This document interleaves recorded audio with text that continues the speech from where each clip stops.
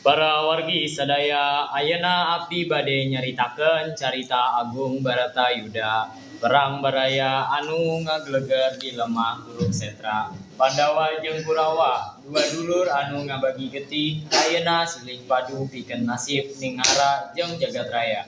Ieu lain nganukur perang pikeun kakawasaan tapi perang antara Dharma jeung Adharma.